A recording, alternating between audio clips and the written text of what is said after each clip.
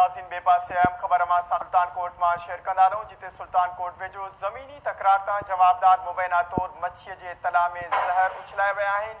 मुतासिर शोएब कोरे जो इल्ज़ाम हयो आहे त संदसि सौटन अब्दुल कयूम ऐं तलाल कोरे जो ज़मीन जे मामले तां तला में ज़हर उछलाए छॾियो आहे जंहिं सबबि 70 खां 80 मण मच्छी मरी वई आहे।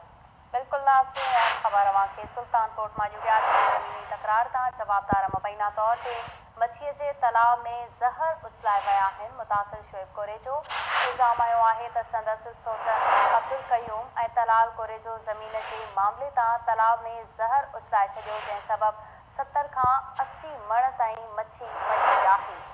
70 खां 80 मण मच्छी मरी वई आहे।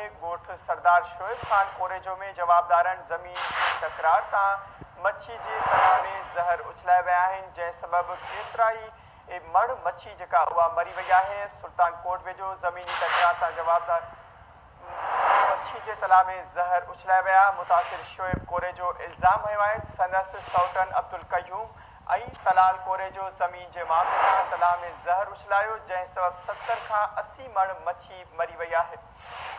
बिल्कुल नाज़रीन ॻोठ सरदार शोएब ख़ान में ही वाक़ियो जिते ज़मीनी तकरार तां जवाबदार मुबैना तौर मच्छीअ जे तला में ज़हर उछलाए विया आहिनि। मुतासिर शोएब कोरे जो इल्ज़ाम हयो आहे त संदसि सौटन अब्दुल कयूम ऐं तलाल कोरे जो ज़मीन जे मामले तां तला में ज़हर उछलायो आहे। इन हवाले से वधिक अपडेट मालूम करने सां टेलीफोन लाइन ते मौजूद है KTN news reporter Star Chandio.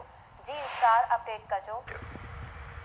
सुल्तानकोट भरसा ज़मीनी तकरार तां जवाबदार मच्छी के तालाब में ज़हर विझी छॾी जंहिं में वॾे तादाद में मच्छी मरी वई। कोट सरदार शोएब खान कोरेज में जवाबदार ज़मीनी तकरार तां मच्छी के तला में ज़हर विझी छॾी जंहिं में 70 खां 80 मण मच्छी ज़हरीली पानी सबबि मरी वई।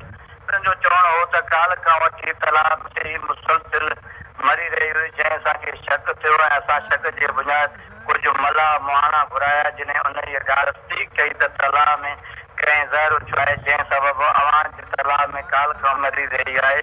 सरदार शोएब खान कोरेजी इल्ज़ाम मरींदे चयो त मुंहिंजा सौटन अब्दुल कयूम कोरेजो सां ज़मीन जे मामले तां काफ़ी वक़्तु इख़्तिलाफ़ हलंदड़ आहिनि जंहिं सबबि